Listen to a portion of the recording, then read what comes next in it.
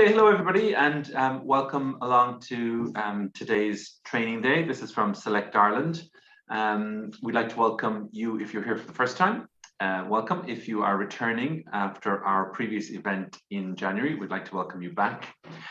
In terms of who Select Ireland are, we are a grouping of 9 schools based in 3 cities in Ireland, in Dublin, Galway and Cork.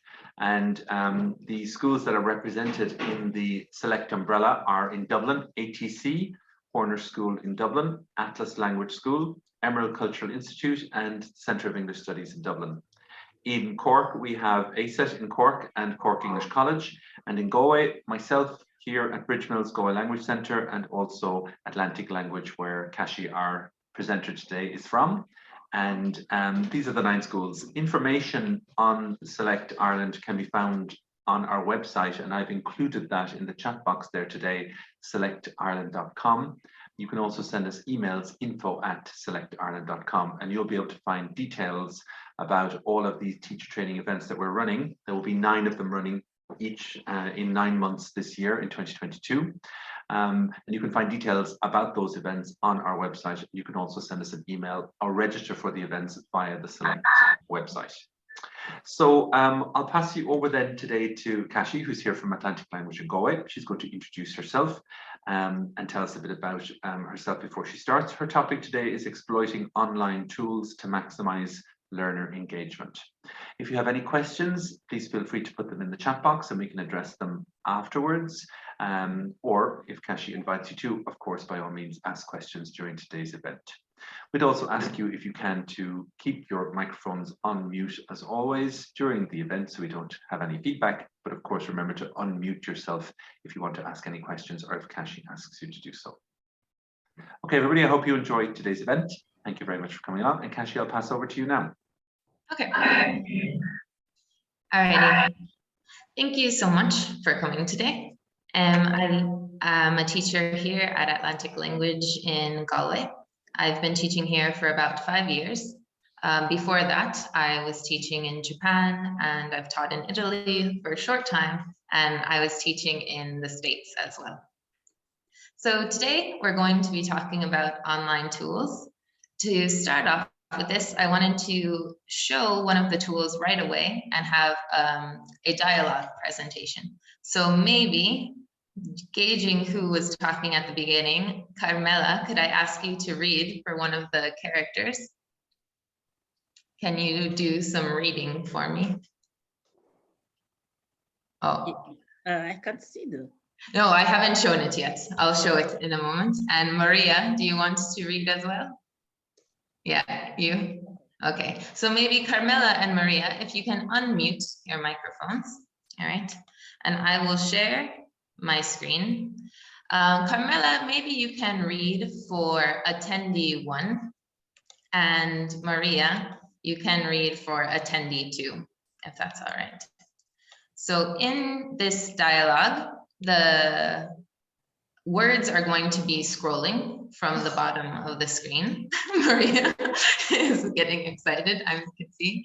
All right, don't worry, it's at a slow pace. So if you can, when you see the dialogue, you can read. So I'll stop it there just to make sure we understand, and I'll have to move. All right, Carmela, can you see attendee 1? What do you think? I can't see all the words. What do you think we are going to talk about today? Great, very good. Maria, you can keep going when your line's appear. Okay.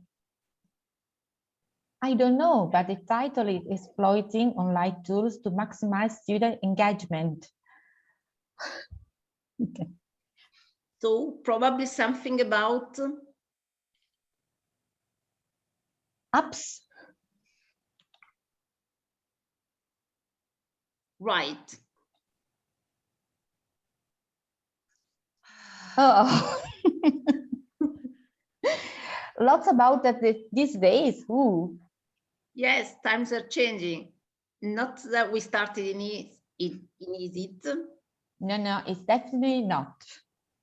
I've had that enough of that. So what? Online, what's cool apps? sites, downloads, interactive, the one and the other. Oh, it's easy, mine, eh? What else is there to know? Oop. There are zillion apps and it's too much. True, I do get lost in it all sometimes. Okay. Well, let's hope for the best. Ditto. Sure, if it's a bit boring, I can turn my screen and have a drink. Turn off my screen. Yeah, I have some creeps of screen. Oh, it's about time. Better go. Alrighty, great. So I'll stop there. Oh, it does continue on a bit. All right, excellent. So that was just to show one of the apps that I've used a bit in my classes. It's called Q Prompter. Has anyone used this before? Maybe you can show. No. All right. So basically, you can change the speed of it. It can go faster, it can go slower. And I found it's really helpful for maybe students who can speak very well, but maybe take their time. And you're trying to encourage them to speak at a quicker pace, you know, to sound a bit more native, and to just challenge themselves a bit more. So that was just one to start off with. Hopefully it was all right. Thank you very much, Carmela and Maria, for starting off and joining in.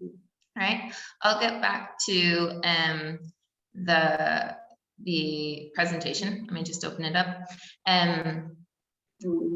At the end of the presentation, there is a page that has all the links for the different websites I've used today. So you'll have a link to the Q Prompter if you did like it and want to use it.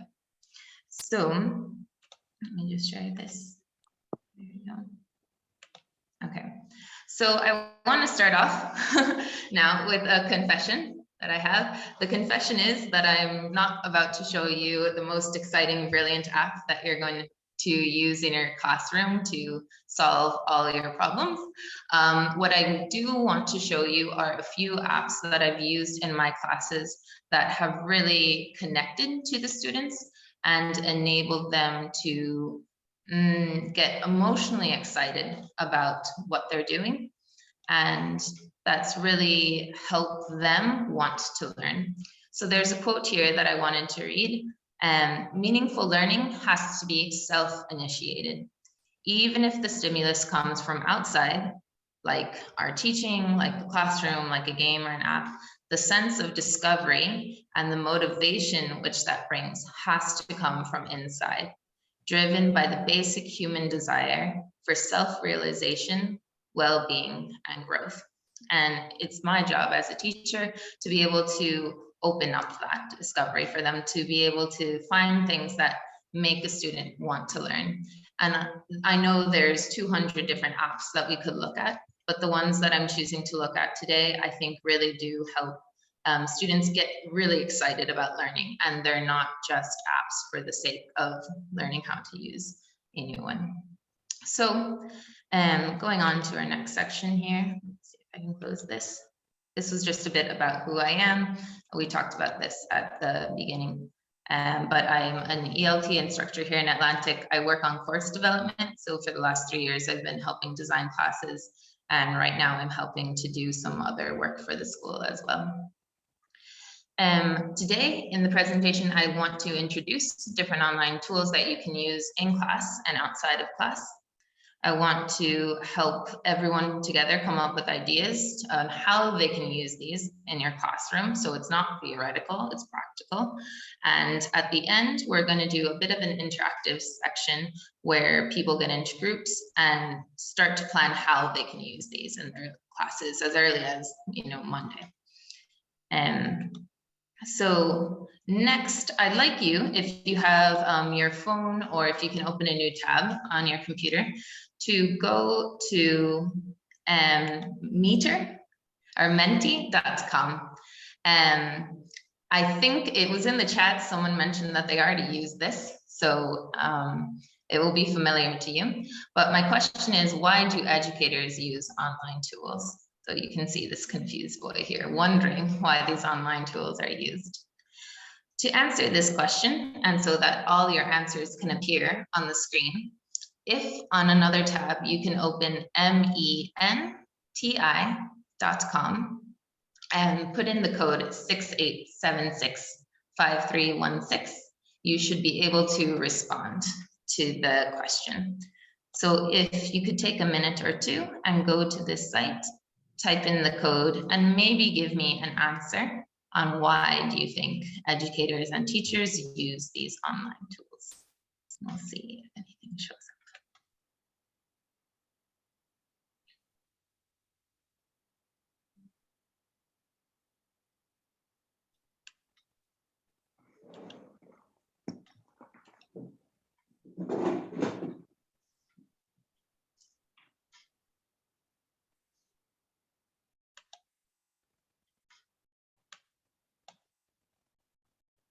Yay, our first one. When students are at home. All right, very good. Can come into class to help achieve outcomes. Engagement, very good.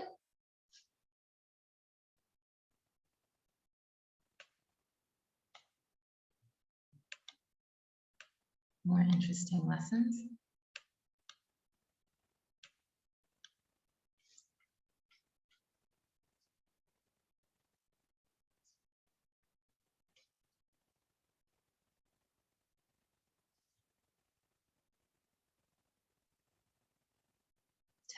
Achieve outcomes when students are at home. Collaborative work. Great, yeah, working together. Competition, element games. Good, right. One of the websites that I'm going to mention today is Kahoot. I'm not going to explain it because I think most teachers have used Kahoot already, but that definitely introduces this idea of competition and games. And you can see with the students, they get so excited, you know, when you're going to do something like that in class. More interesting. To help achieve. Okay, very good. All right, I'm going to move on. This is pretty much what I have in my presentation as well. These kinds of reasons to help reach your outcomes, to make class interactive, and to be more interesting. So here, going back, I just have a few of them outlined. Let me see if you can see this. Very good. All right, it promotes learner autonomy. For a lot of the ones that I'm going to show you today, they're websites or apps that a student can use on their own time. It doesn't have to be teacher-led, and if they really like the website, they can go back to it and work on things on their own. It promotes synchronous and asynchronous learning. Boring lessons become stimulating is a bit over-exaggerative. You can't just put it online and make it interesting, but it can help maybe just spice up the day a little bit, or maybe if it's new and different for a student, maybe that can help get their attention for a moment, and then you can use that precious moment to introduce something else that might be interesting for them. To maximize student engagement, great, we already said that on the last one. Save time, and useful in all stages, very good. To introduce something, to review something, and then to test as well. It comes in useful in all these. Great, excellent. All right, so the ones I'm going to talk about today are these. Google Arts and Culture, WordWall, Padlet, Kahoot, Breaking News English, Q Prompter, which was the one we started off with, VoScreen, Storyboard That, and Youglish. As Google Arts and Culture and Kahoot, I think, are the most popular, probably. I won't do too much with them, but they'll be an option to use when we do an interactive section later.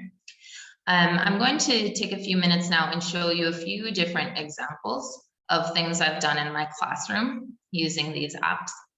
Hopefully you'll get to see if it's something that's interesting for you or something that you can use in your classroom. If it doesn't quite work, that's all right, there's no problem, and we can go on to a few others. In the interactive section, you'll have some time to explore something that you haven't used before. So for example, when I was talking to my colleague about this yesterday, she had heard of Youglish and VoScreen, but had never used them and just had never had a reason to look into them and explore more. So hopefully today there'll be a chance for you to explore a bit. All right.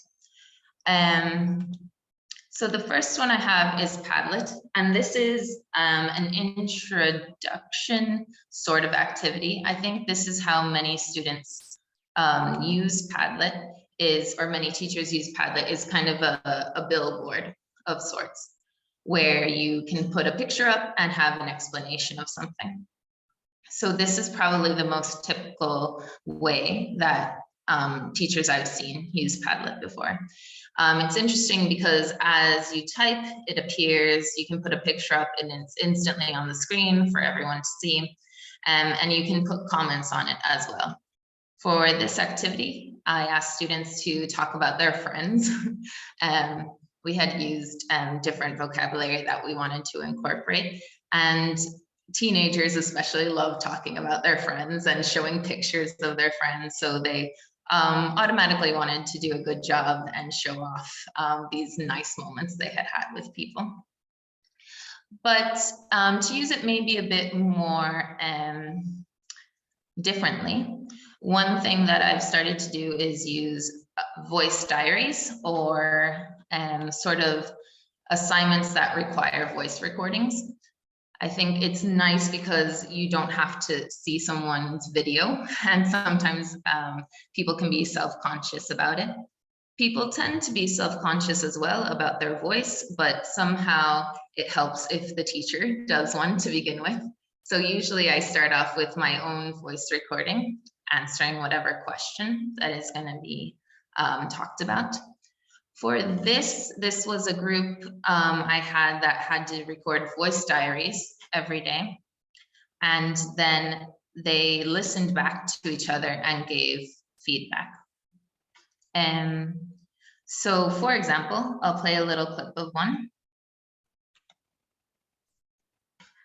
So, what is your country called? My country is called freedom because everyone is free to be who they want.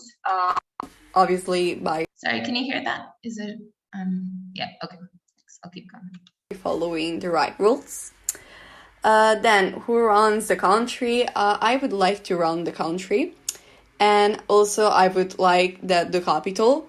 I think that should be a big modern city, but also with parks, because I think parks are really important to us. So, yeah. The language should be English because many people know this language. All right, and etc. So I found that they get pretty excited after the first day of being nervous about recording, and sometimes kind of forget that they're doing something for work and just start going on and on about different things that they've done that day. This was like a design your own country activity, and they had to describe the country after.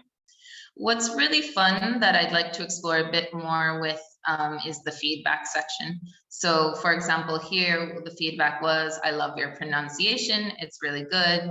The idea of adding so much nature in your country is very useful. And I agree with your choice, beautiful name, and the idea that is behind.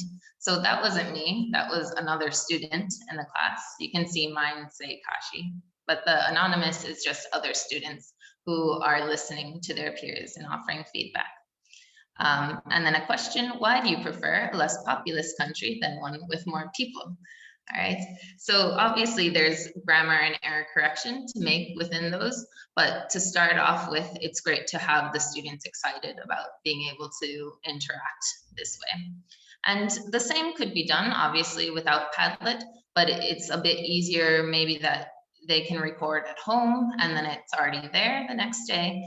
Usually I have them do it for homework and then maybe they have to do responses or comments the next day and that sort of thing.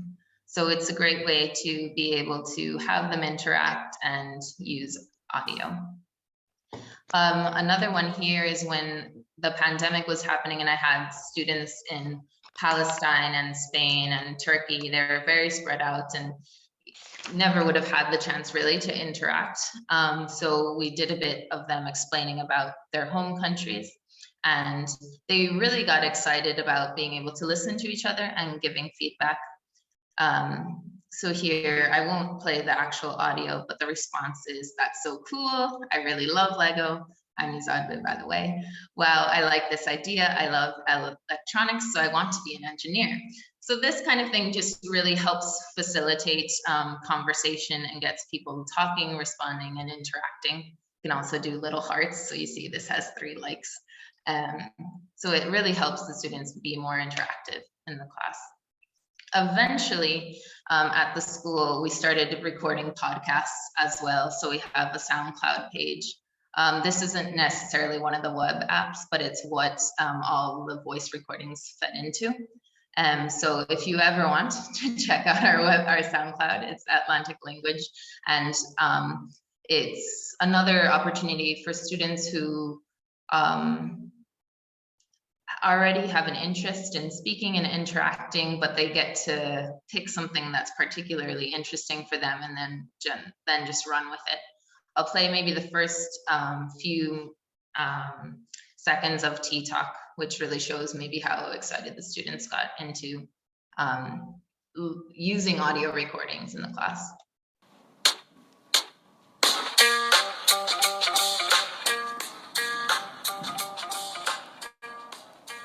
Hi everyone! Hi! This is DJ G. And this is DJ A. And this is Tea Talk with G and A. A. Ooh, ooh. As always, like our topic is Celebrity Beefs. And today the episode is like the most request episode Ever. Yes, we're going to talk about a very particular argument, and you surely know who we are going to talk about. The title is Bloody Shoes. Yes, So, I think that now you know. Yeah, so we are going to talk about the 2 main rappers in the industry right now, that are Cardi B and the queen, the generous queen, Nicki Minaj. Yeah. All right, so I'll stop there. We don't need to hear more about Nicki Minaj and Cardi B, but you can tell how excited they are and how much they're enjoying speaking about those 2 celebrities and their fight. The next one I'm going to talk about after Padlet is WordWall. WordWall is a great tool to use because there are 10, 20 different games you can play by just setting up one account. That's free. An example of something that you can do with WordWall is a phrasal verb game like this. Marianella, do you know what is a phrasal verb? Yes, I know. I know. It's made up of a verb and a preposition. Mm-hmm. Very good. Like, well, out is the preposition, Yeah, but I can't come up with the verb.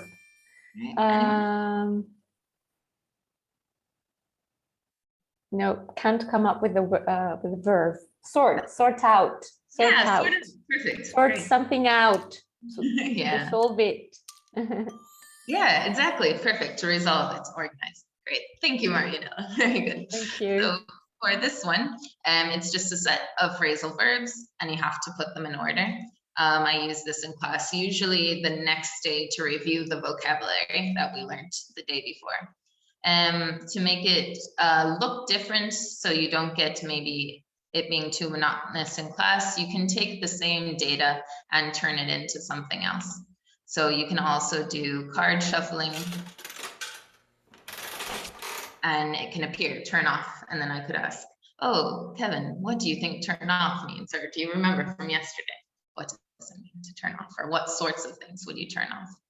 No, I'm a really bad student. I can't remember. Okay. All right, we'll have to go to the next person then. Very good. I used this in a class of teachers who came over and wanted to learn how to use some different apps and websites. He was a wine teacher in Italy and he made this one. So he had a class where he was teaching about different wines and where they came from. So he made this and he said he used it in class. Whatever it landed on, he would ask the student to define what it tasted like, what kind of grapes they use, what part of the country you would grow them in, etc. So these are all very simple to make. When we have our interactive time, if this one is interesting to you, you can look up this, but it's very intuitive. You just have a list 1 through 20, you put in your words, they make them appear into a wheel or cards or word search. So this is word wall. The next one I want to show you is Breaking News English. It is not the most aesthetically pleasing website, but if I was stranded on a desert island with one website in a language I wanted to learn, it would definitely be Breaking News English because it has so much content on it. And for every article that they talk about, it's all different news articles. For every article they talk about, they have all these different activities here that you can use. They only focus on 1 or 2 paragraphs, but then jumble it up a million different ways to create different exercises from it. So for example, this one is about Wordle, which maybe you've heard of, a new word game that's everyone is obsessed with at the moment. And with this, you can have all these different activities, but they all center on these 2 paragraphs. So for example, you can look at prepositions. For this, they use the same 2 paragraphs, but they take out all of the prepositions. And then the student has to go in and put in the correct ones. And you can use it and print it in class, or it can be homework as well. And there's also word order. There are some ads, as it's not the most pretty looking site, but you can just click through them. And then it will give you sentences that are out of order. You have to put them in order again, in the correct word order. They also can change things based on your level. Like you can see here that you have level 0, level 1, level 2, according to what level your students are. You also have things that can focus on spelling, which maybe I know I don't do as much in class, where, oh, sorry, there's a printed version. Let me see if I can. Yeah. Where you have the words and you have to fill in the consonants. This one seems almost impossible. I think it's probably easier when you have the consonants and you have to fill in the vowels, but that's for the same paragraph that you worked on before.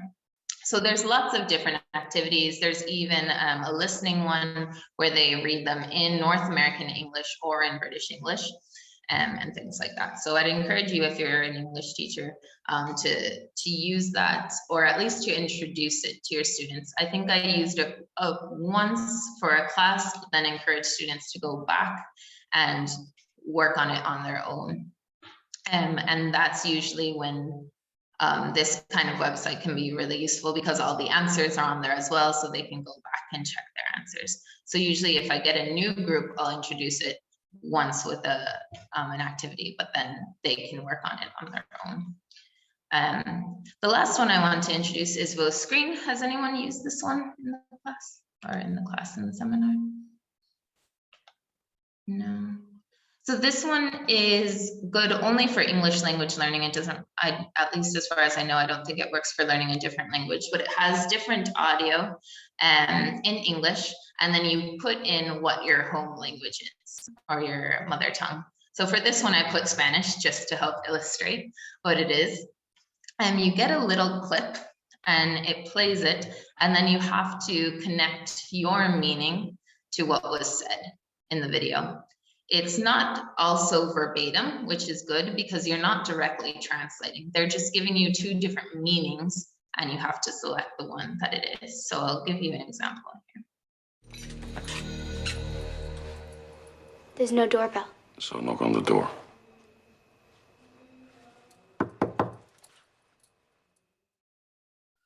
All right. So you can do it with subtitles off, so they don't tell you what was said, or you can do it with subtitles on, but you get less points. So there's no doorbell, so knock on the door.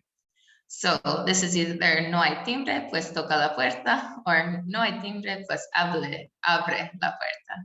Does anyone speak Spanish? Can anyone answer this one? I do. Oh, I'm sorry? from Argentina. Oh, yeah, that's right. Yeah, so it'd have to be... Well, Pues toca la puerta es español de España. Nosotros diríamos toca la puerta in Argentina. Yeah. Yeah, all right, great. So excellent. So then you can see there, it already has the check mark.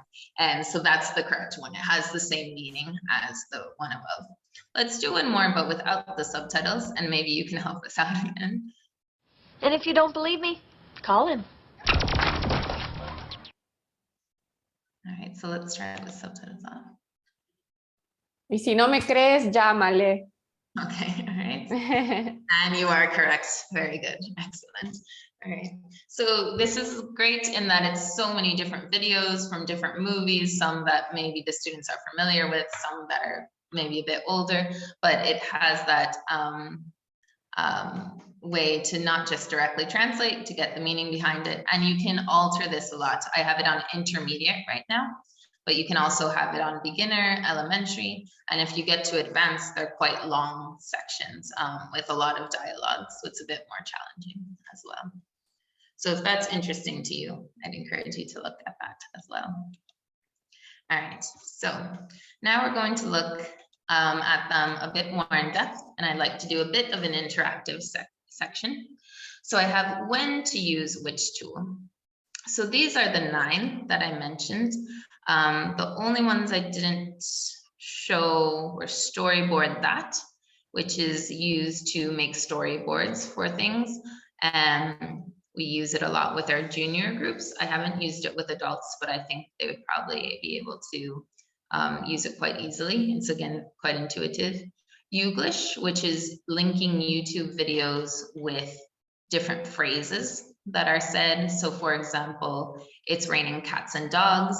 You can type that into the site and it will bring up 70 or 80 different videos on YouTube that use the phrase, it's raining cats and dogs. And then you can use it in class to show the context. I use this a lot to teach idioms because students can infer what the meaning is after hearing the idiom used in context 5 or 6 different video clips.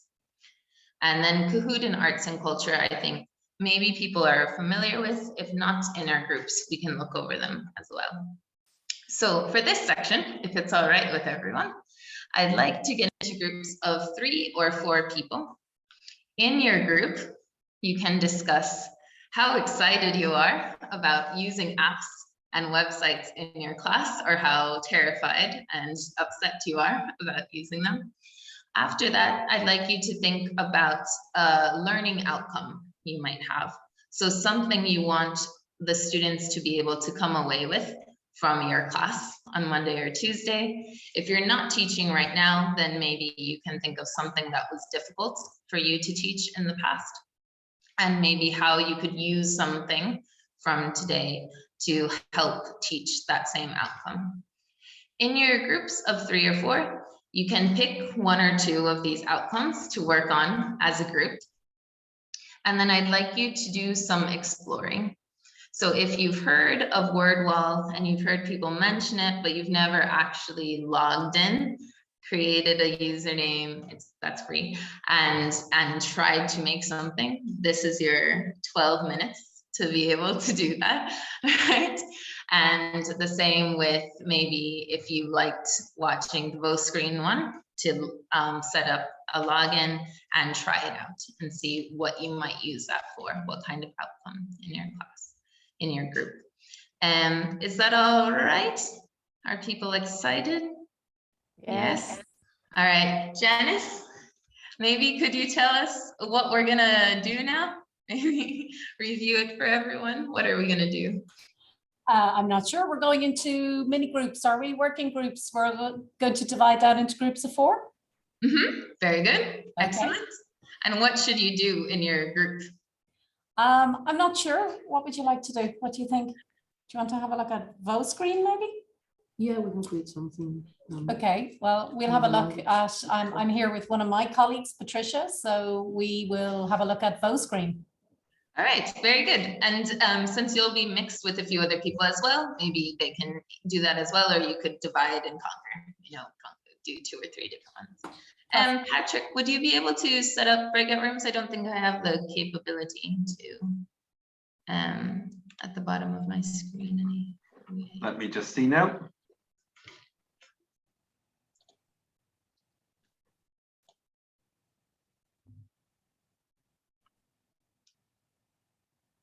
How many rooms would you like? Just, well, 4 people per room, I think would be good. So we have 5. 5 screens, maybe? Yeah. 5 breakout rooms?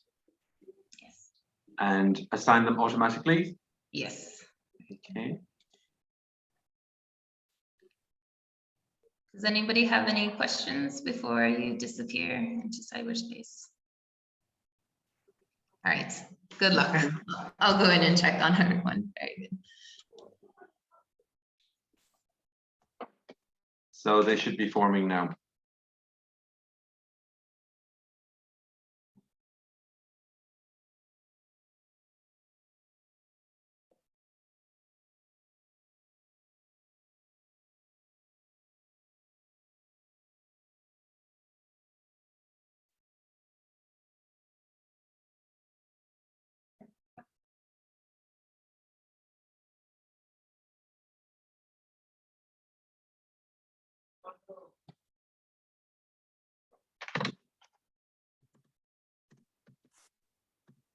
Hello? Hello?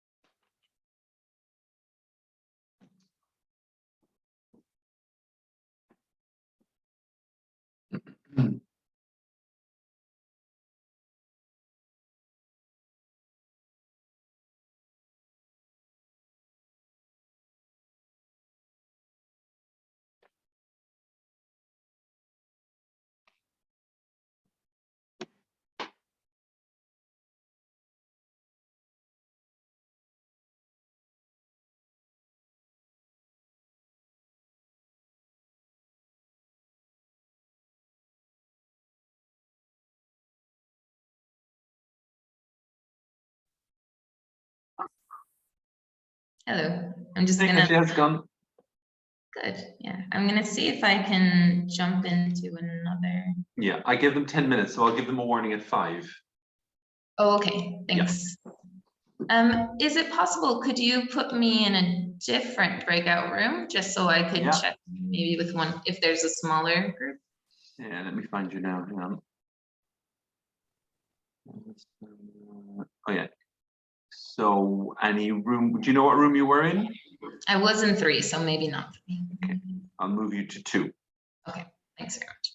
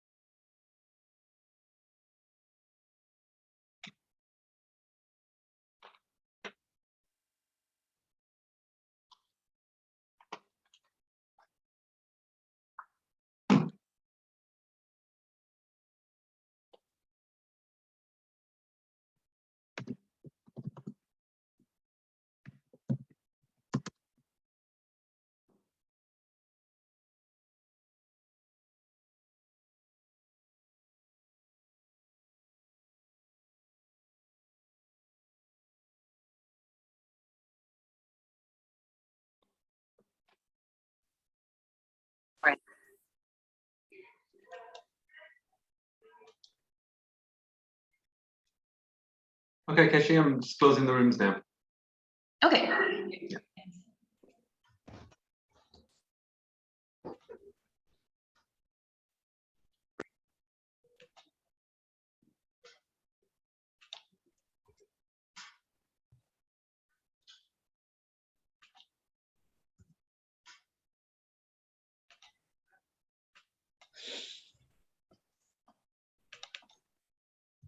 All right, great. Welcome back. I won't ask everyone to report back, but I might ask one group to report back. Alan, would you like to tell us about your group, maybe what you discussed? Yeah, what your outcomes were, what you decided? Yeah, so we were just kind of talking in general. Francesca was saying that, you know, she is still kind of getting to grips with, you know, kind of cloud-based, either classroom or also just the apps, and trying to get everybody, you know, kind of on the app at the same time in a big classroom and stuff. And Kevin was just talking about it from the university kind of point of view, where he has mainly kind of Chinese students who are more academically kind of focused. And he actually uses some of the British Council Asia kind of Facebook links or Instagram links, and he shares them with them for the class, because he's found that kind of, you know, with students that are coming over from China, is that they have a whole different kind of category of apps and games and websites that they use versus what are kind of more popular over here. So I was just trying to balance, you know, the interest of the students versus what technology we use here, and trying to kind of merge and kind of line those up. So yeah, Sandra had a lot of tech issues, so her camera was coming in and her mic was coming on and off. So yeah, but yeah, it was good. All right, excellent, thanks.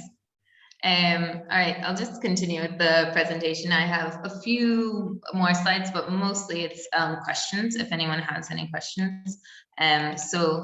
If you want to go back to this, they'll be there. If you didn't get to explore everything, you'll have access to the PowerPoint, of course, and you can go back and see. I stopped in on 2 groups, and most of the people in those groups had used maybe half of them.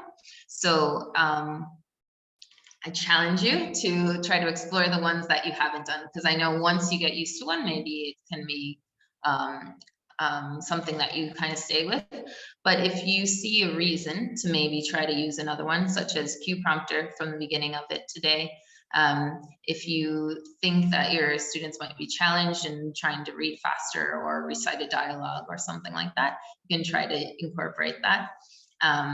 And storyboard that. I don't think too many people had used that before. It's more of a picture image-based work, but can facilitate dialogue as well. So that could be interesting if you haven't worked with that before.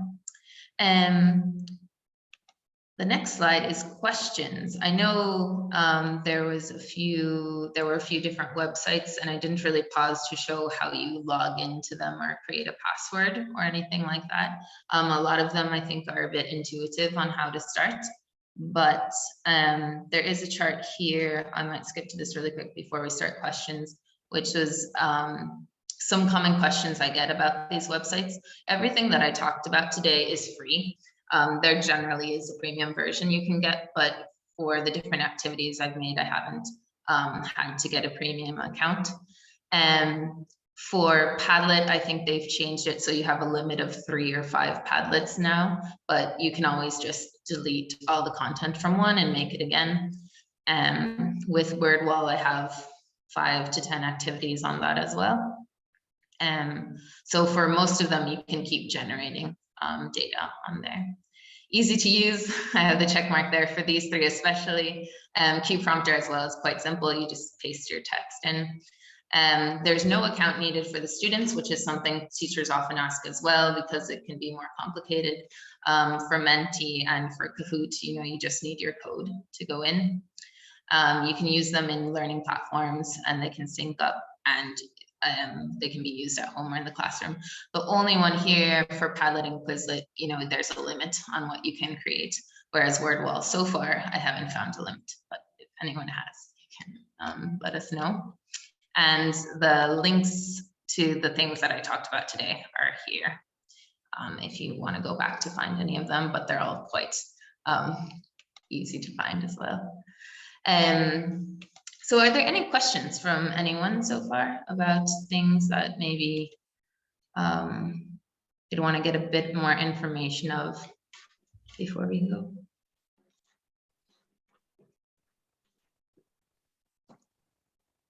Kashi, perhaps I can just say that the thing that I picked up on, particularly useful for me, was the cue prompter for students doing presentations. Mm-hmm. So if you're asking a group of students to stand up and speak, rather than having them sort of, you know, holding their tablet in front of their face or something like that, or a piece of paper, I think if they use cue prompter, they could practice beforehand, because they could put in what each person will say and, you know, follow it as it scrolls, and it would help them to chop and change and things. And I think that would be really good and useful. That's great, especially because, you know, students can tend to hide behind what they're holding and maybe use it as an excuse to have their hands there as well. So if they're forced to kind of have hands by their side, or, you know, in a relaxed manner, maybe can help them practice confidence as well as speaking. Yeah, that's a great idea. I've never used it for presentations, but I'm going to try it. Excellent. All righty. If you do have any questions, my contact information is also at the bottom of the website, or the bottom of the slide. Here, Kashi Cepeda, there's my email and LinkedIn if you have any questions that you think of after this. To close off, I wanted to go back to our idea of learner autonomy from the beginning of class. This quote from Oscar Wilde that says, "Education is an admirable thing, but it is well to remember from time to time that nothing that is worth knowing can be taught." Somewhat pessimistic maybe, but I think it's interesting to use in the context of teaching online or using websites and things, that it's not always especially about what you're teaching, but motivating the student to want to learn more. So you can show them something like Breaking News English, but if the drive hasn't been created, then it's going to be hard to utilize that tool. But if you can find that they have a subject that they were really interested in, sports, for example, there's lots of different sports activities and articles on Breaking News English. So you can find those and try to push that inherent desire to learn by giving them these tools to be able to challenge their curiosity and carry their learning forward. So that's all I have for today. I hope if some of them were familiar to you, that you were still able to find a few other ones that might be useful to you in your class. And I know as well that there's so many different tools and apps, and the same as students might be overwhelmed when they have 10 or 12 different grammar points they have to learn before they're going up to the next level. You obviously wouldn't tell them, study a little bit of each grammar point every day. You'd probably be like, let's look at this one grammar point. Let's conquer this the next 2-3 days or a week. So you can do that with apps as well. You know, just find one, see how to use it, really learn the ins and outs of it, and maybe just use that for a week or two. And if you feel like you've got it down, maybe think about incorporating another one. So you don't have to feel overwhelmed by anything, which I think people can tend to do. Perhaps just maybe think of one that you liked and try to use it next week if you can. All right, that's all I have. Thanks, Patrick. Actually, I just want to say a special thank you for presenting today. That was very useful. A reminder to everybody who's on the call here today that we are recording this event, and it will be available on the Select Ireland YouTube website. So many of the useful links that Kashi has given us here today, you can review those in the recording if you haven't had a chance to make a note of them from today's event. We'd also like to thank all of you for coming along to the select schools that are here today in Dublin: ATC, Horner School, Atlas Language School, Emerald Cultural Institute, Centre of English Studies in Dublin, in Cork, ACET in Cork and Cork English College, and ourselves, Galway Language Centre, and of course Kashi at Atlantic in Galway. Thank you very much for your presentation, for being here today.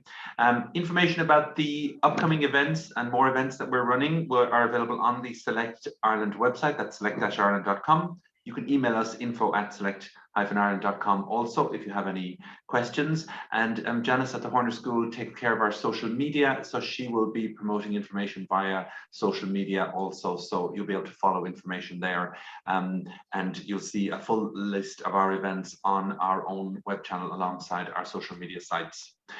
Finally, then, if I can just give a quick hello to Phil, who's here from Atlas Language School in Dublin. He'll be our next presenter, Phil, there you are. Hi, Phil, how you doing?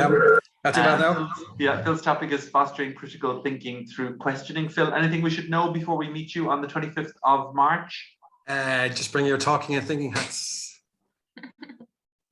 Perfect. Okay. Well, Phil is the next presenter, and he'll be available on the 25th of March for our next event. So we look forward, Phil, to catching up with you there. Kashi, again, a special thank you for coming along today. Hope to see you all again soon, and delighted that you're able to attend on today's Select Ireland academic event. Okay, till 25th of March. We won't see you before St. Patrick's Day. Have a happy St. Patrick's Day, and we will see you afterwards. Thanks, everybody. Thank you. Thanks a lot. Bye-bye. Bye-bye, everyone. Thank you. Thank you. Thank you.